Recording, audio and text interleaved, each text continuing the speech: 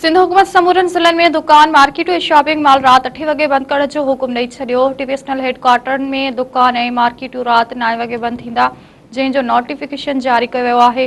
सिंध हुकूमत बचत पॉलिसी तहत मार्केटूं, रेस्टोरेंट ऐं शादी हालनि जे बंदि थियण जो नओं वक़्तु मुक़ररु करे छॾियो, जंहिंजो नोटिफिकेशन जारी कयो वियो आहे।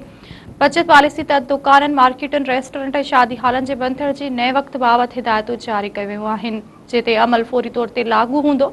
सिंध हुकूमत मुताबिक़ डिविज़नल हेडक्वार्टर्स खां सवाइ समूरनि ज़िलनि में दुकान, मार्केटूं ऐं शॉपिंग मॉल राति जो 8 वॻे बंदि कया वेंदा। डिविज़नल हेडक्वार्टर्स में दुकान, मार्केटूं ऐं शॉपिंग मॉल राति जो 9 वॻे बंदि कया वेंदा।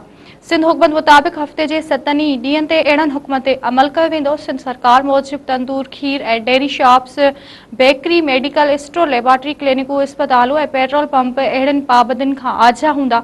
सिंध सरकार जी हिदायत मूजिबि होटलनि, रेस्टोरेंट ऐं फूड आउटलेट्स खे सिर्फ़ शाम 7 वॻे खां राति 11:30 वॻे ताईं डिनर टाइमिंग खुलियल रहण जी इजाज़त हूंदी। होम डिलीवरी ते बि का पाबंदी न हूंदी।